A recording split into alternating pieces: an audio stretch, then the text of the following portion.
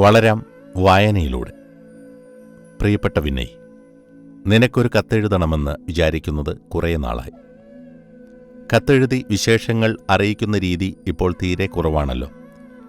എങ്കിലും എൻ്റെ അച്ഛന് കത്തെഴുത്ത് ഇപ്പോഴും ഒരു ഹോബിയാണ്. അദ്ദേഹം പോസ്റ്റ് കാർഡിലും ഇൻലൻഡിലും സ്റ്റാമ്പൊട്ടിച്ച കവറിലുമൊക്കെ തൻ്റെ സുഹൃത്തുക്കൾക്ക് കത്തയക്കുന്നത് കാണുമ്പോൾ എനിക്ക് വല്ലാത്ത കൊതി തോന്നാറുണ്ട്. ഇന്നലെ ഞങ്ങളുടെ സ്കൂളിൽ വായനാ ദിനം കൊണ്ടാടി. അതേക്കുറിച്ച് നിനക്കെഴുതിയേ പറ്റൂ എന്ന് എനിക്ക് തോന്നി. പ്രസംഗകയായി വന്നത് ഒരു ലീലാവതി ടീച്ചറാണ്. അറിയപ്പെടുന്ന ഒരു സാഹിത്യകാരിയാണത്രേ അവർ.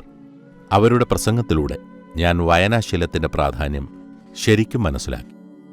കേരളത്തിലെ ഗ്രന്ഥശാലാ പ്രസ്ഥാനത്തിന് തുടക്കം കുറിച്ച പണിക്കർ സാറിൻ്റെ ചരമദിനമായ ജൂൺ 19 ആയിരുന്നല്ലോ ഇന്നലെ. ആ ദിവസമാണ് നാം ഇപ്പോൾ വായനാ ദിനമായി ആചരിച്ചു വരുന്നതെന്ന് ലീലാവതി ടീച്ചർ ഓർമ്മപ്പെടുത്തി.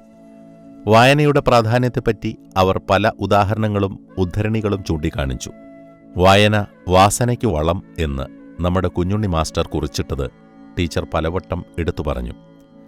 വായനയിലൂടെ മാത്രമേ നമ്മുടെ ഏതു വാസനയെയും വളർത്തിയെടുക്കാൻ കഴിയുകയുള്ളൂ എന്ന് ആ പ്രസംഗത്തിലൂടെ എനിക്ക് നന്നായി ബോധ്യപ്പെട്ടു.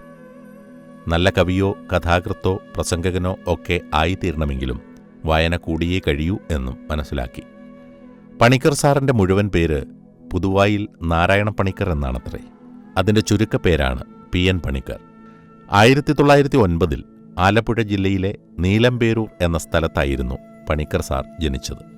വളർന്നു വലുതായപ്പോൾ 1926 അദ്ദേഹം തൻ്റെ ജന്മനാട്ടിൽ സനാതനധർമ്മം എന്ന പേരിൽ ഒരു വായനശാല തുടങ്ങി. പിന്നെ വായനയെ പ്രോത്സാഹിപ്പിക്കാൻ അദ്ദേഹം ഒത്തിരി കാര്യങ്ങൾ ചെയ്തു. വായനശാലകൾ കെട്ടിപ്പടുക്കാൻ മാത്രമല്ല, മലയാളികളെ സാക്ഷരരാക്കാനും അദ്ദേഹം രാപ്പകലില്ലാതെ പാടുപെട്ടു. അതെല്ലാം പ്രസംഗക നന്നായി വിവരിച്ചു കേൾപ്പിച്ചു. അതൊക്കെ മുഴുവനായും ഇവിടെ എഴുതുക പ്രയാസമാണ്. 1995 ജൂൺ 19 പണിക്കർ സാർ നമ്മോട് വിട പറഞ്ഞു. അദ്ദേഹത്തെപ്പറ്റിയുള്ള കൂടുതൽ കാര്യങ്ങൾ നമുക്ക് പിന്നീട് വായിച്ചു മനസ്സിലാക്കാം. ഏതായാലും നമുക്ക് ഈ അവസരത്തിൽ ഒരു പ്രതിജ്ഞയെടുക്കണം. മൊബൈൽ കളികളും കമ്പ്യൂട്ടർ പ്രണയവുമൊക്കെ ഒന്ന് ചുരുക്കി വീണ്ടും നല്ല പുസ്തകങ്ങളെ നെഞ്ചോട് ചേർത്ത് പിടിക്കാൻ ശീലിക്കണം.